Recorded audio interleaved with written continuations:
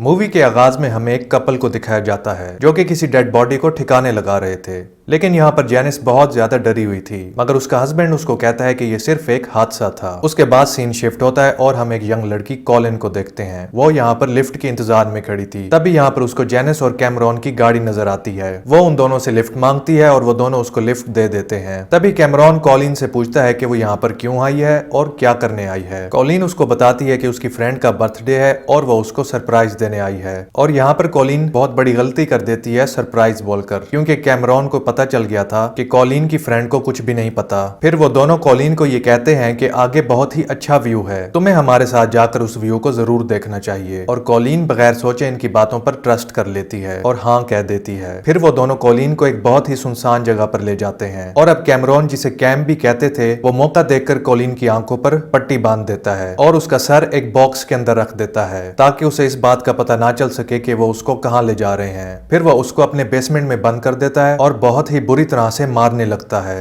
Colin वहां पर बहुत ही बुरी तरह से रोती है और चीखती है और वो कैम से पूछती है कि वो उसके साथ ऐसा क्यों कर रहा है, लेकिन वो उसको कुछ भी नहीं बताता और उसको टॉर्चर करता रहता है और फिर एक बॉक्स में बंद कर देता है। फिर हमें पता चलता है कि कैम एक बहुत ही बड़ा साइको था। और उसके बाद कैम की वाइफ जेनिस कॉलिन के पास आती है और उससे पूछती है कि वो क्या चाहती है। और कॉलिन उसको कहती है कि प्लीज मुझे यहाँ से जाने दो, मुझे छोड़ दो। लेकिन जेनिस भी अपने साइको हस्बैंड की वजह से बहुत ज्यादा मजबूर थी, क्योंकि अगर उसने कॉलिन को छोड़ा तो वो उसको मार देगा। और फिर अगले दिन कैम कॉलिन के लिए कुछ खाने की चीजें और कुछ इस्तेमाल की चीजें लेकर आता है और उसको वहां पर आकर बहुत ज्यादा मारता है। तभी जब जेनिस कॉलिन की चीखें सुनती है तो वो बहुत ज्यादा परेशान हो जाती है और अपने हेडफोन के वॉल्यूम को और भी ज्यादा तेज कर देती है ताकि कॉलिन की चीखें उसको सुनाई ना दें। फिर कैम कॉलिन को एक बड़े से बॉक्स में बंद कर देता है और उसमें ऑक्सीजन पाइप लगा देता है ताकि वो जिंदा रह सके और उस बॉक्स को बंद कर देता है। कॉलिन उस बॉक्स में बहुत ज्यादा रोती है और उसको अपने डैड की याद आती है, क्योंकि उसके डैड ने उसको अकेले जाने से मना किया था। लेकिन कॉलिन ने उसकी बात नहीं मानी और आज वो यहाँ पर फंस गई है। और दूसरी तरफ कॉलिन के मॉम एंड डैड बहुत ज्यादा परेशान थे और वो कॉलिन की मिसिंग कंप्लेन भी लिखवाते हैं। इसके बाद फिर 6 महीने गुजर जाते हैं, लेकिन इन लोगों ने अब तक कॉलिन को कैद करके रखा हुआ होता है। और जेनिस कैम को गुड न्यूज देती है कि उनका बेबी आने वाला है। तब जेनिस कैम से ये कहती है कि उसको कॉलिन को छोड़ देना चाहिए, क्योंकि जब उसका बेबी इस दुनिया में आएगा तो ये सब देखकर उस पर बहुत बुरा असर पड़ेगा। लेकिन कैम कहता है कि अगर मैंने कॉलिन को छोड़ दिया तो वो पुलिस के पास चली जाएगी और हम दोनों पकड़े जाएंगे। अब कैम यहाँ पर एक प्लानिंग करता है। वो कॉलिन को काफी ज्यादा डराने वाला था। वो कॉलिन को ये बताने वाला था कि वो एक स्लेव कंपनी में काम करता है जो कि स्लेव को खरीदते और बेचते हैं, और कहता है कि तुम मेरी स्लेव हो और अगर तुम यहाँ से भागी तो तुम पकड़ी जाओगी और फिर वो लोग तुम्हें बुरी तरह से मार देंगे। और जब हम किसी को अपना स्लेव बनाते हैं और वो भाग जाए तो हम उसकी फैमिली को भी मार डालते हैं। ये सब बताकर वो कॉलिन के अंदर डर पैदा करना चाहता था ताकि वो यहाँ से ना भागे। और फिर वो यहाँ पर कॉलिन को झूठी कहानियां भी सुनाता है। इसके बाद वो कॉलिन को एक पेपर देता है साइन करने के लिए और कहता है कि अगर तुमने इस पेपर पर साइन कर दिया तो तुम मेरे साथ सेफ रह सकती हो और कंपनी भी तुम्हें कोई नुकसान नहीं पहुंचाएगी। यहाँ पर कॉलिन को सब बातें सच लगने लगती हैं और वो इन पेपर्स पर साइन कर देती है। और फिर कैम उसके गले में एक पट्टा डालता है और उसको बिल्कुल स्लेव्स की तरह रखने लगता है और कहता है कि कैम को मास्टर कहना होगा और जेनिस को मैम, और जब भी वो अटेंशन बोले तो उसे अपने हाथ ऊपर करके खड़े हो जाना है। तब कैम ये डिसाइड करता है कि वो एक सुनसान जगह पर घर लेगा। और अब 1 साल से भी ज्यादा का वक्त हो जाता है और जेनिस के घर एक बेबी गर्ल पैदा होती है। और फिर हम यहाँ पर कॉलिन को देखते हैं जिसे कैम ने एक बॉक्स के अंदर एक बेड के नीचे सुला कर रखा हुआ था और फिर वो उसे उस बॉक्स में से निकालता है और उसे अपनी बेटी दिखाता है। फिर वो उसकी बच्ची को देखकर खुश हो जाती है, क्योंकि उसने काफी टाइम के बाद एक बच्ची को देखा था और उसको देखकर उसके चेहरे पर स्माइल आ जाती है। और ऐसे ही वक्त गुजर जाता है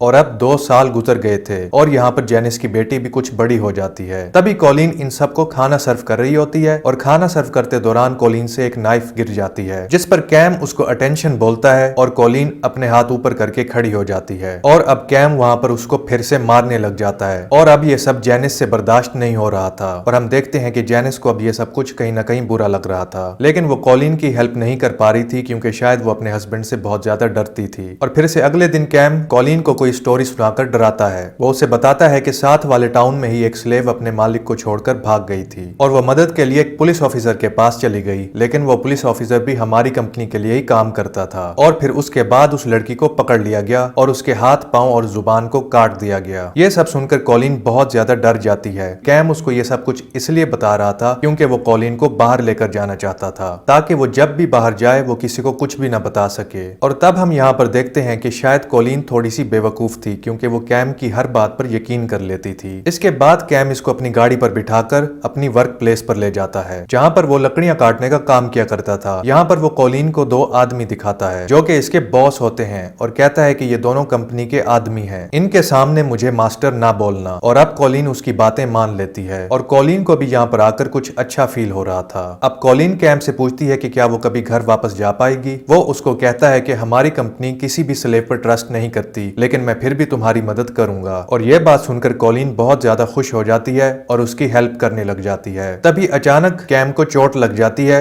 और वो नीचे गिर जाता है। अब ये एक ऐसा मौका था कि कॉलिन यहाँ से भाग सकती थी, लेकिन कैम ने उसको इतना ज्यादा डरा दिया था कि वो मौका मिलने पर भी वहां से नहीं भागती। उसके बाद वो लोग घर आ जाते हैं और कॉलिन कैम को बैंडेज करती है। ये सब देखकर जेनिस को पसंद नहीं आता और उसको गुस्सा आ जाता है। फिर वो अपने हस्बैंड से फाइट करती है और हम यहाँ पर देख पाते हैं कि कैम एक बहुत ही बुरा इंसान था और इसी तरह वक्त गुजर रहा था। फिर हमें 4 साल बाद का सीन दिखाया जाता है। यहाँ पर कॉलिन जेनिस की बेटी को देखती है जो कि थोड़ी बड़ी हो चुकी थी। ये देख के कॉलिन बहुत ज्यादा शॉक्ड हो जाती है और वो जेनिस से पूछती है कि उसे यहाँ पर कितना वक्त हो गया है, क्योंकि कॉलिन को इस बात का तो आइडिया ही नहीं था कि उसको यहाँ पर आए हुए कितने साल हो चुके हैं। और फिर जब एक दिन जेनिस और कैम घर पर नहीं होते तो कॉलिन को बहुत ही बुरे ख्वाब आते हैं और फिर वो गॉड से पूछती है कि उसने कभी भी लाइफ में कुछ गलत नहीं किया, तो फिर उसके साथ ऐसा क्यों हो रहा है। और फिर ये सब ख्वाब देखने के बाद वो काफी ज्यादा डर जाती है और बॉक्स को बहुत जोर से मारने लगती है, जिससे वो बॉक्स से बाहर आ जाती है। और अब जब कैम घर पर वापस आता है तो वो बॉक्स को टूटा हुआ देखता है और उसको लगता है कि कॉलिन यहाँ से भाग गई है। लेकिन जब वो उसे ढूंढता है तो वो बाथरूम में बैठी हुई होती है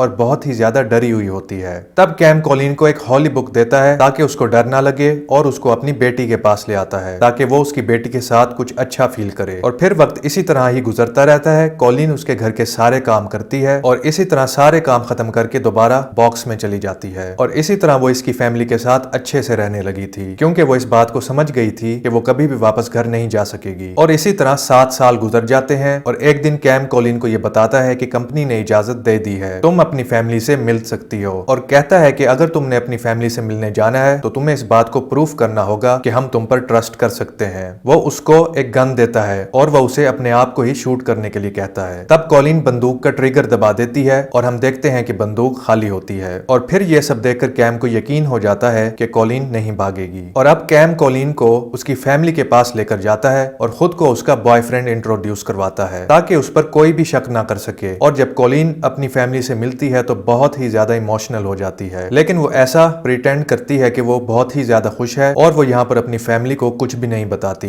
कॉलिन के घर वाले उसको बताते हैं कि उसको यहाँ से गए हुए 7 साल गुजर गए हैं। कॉलिन इस बात को सुनकर बहुत ज्यादा हैरान होती है, क्योंकि उसे खुद भी नहीं मालूम था कि उसे यहाँ से गए हुए इतना टाइम हो गया है। और यहाँ पर ये सब लोग डिनर करते हैं और बहुत ही ज्यादा एंजॉय करते हैं। और कॉलिन की सिस्टर उसको अपनी शादी की पिक्चर्स दिखाती है और वो उससे पूछती है कि दोबारा वो उनसे कब मिलेगी। तो कॉलिन उससे कहती है कि पता नहीं, जिस पर उसकी बहन उससे ये कहती है कि अगर तुम्हें कोई भी प्रॉब्लम है तो तुम मुझसे शेयर कर सकती हो, और मुझे ऐसा लग रहा है कि तुम्हारे साथ कुछ गलत हुआ है और मैं तुम्हारी मदद करने के लिए तैयार हूँ। ये एक ऐसा मोमेंट होता है कि कॉलिन अपनी बहन को सब कुछ सच बताने वाली होती है कि अचानक वहाँ पर कैम आ जाता है और फिर कैम बहाने बनाकर कॉलिन को वहाँ से ले जाता है। और फिर दूसरी तरफ हम कैम की वाइफ जेनिस को देखते हैं, जो कि अपने हस्बैंड की वजह से बहुत ज्यादा परेशान होती है। इसीलिए अब वो अपनी बेटी को लेकर कैम के पास से चली जाती है और इस बात से कैम काफी ज्यादा दुखी और परेशान हो जाता है। और ये देख के कॉलिन कैम से कहती है कि वो उसकी मदद कर सकती है। ये देखकर कैम कॉलिन से गुस्से हो जाता है और उसे कहता है कि तुम्हें मेरी वाइफ बनने की जरूरत नहीं है। इसके बाद वो उसे एक रूम में बंद कर देता है, जिसके बाद कॉलिन को बहुत ज्यादा बुरा लगता है और वो बहुत ज्यादा रो रही होती है। फिर हम दूसरी तरफ जेनिस को देखते हैं, जिसे अपनी गलतियों का एहसास हो गया था। वो चर्च में जाकर बहुत ज्यादा रोती है और गॉड से माफी मांगती है कि गॉड उसे माफ कर दे। और यहाँ से दोबारा फिर वो कॉलिन के पास जाती है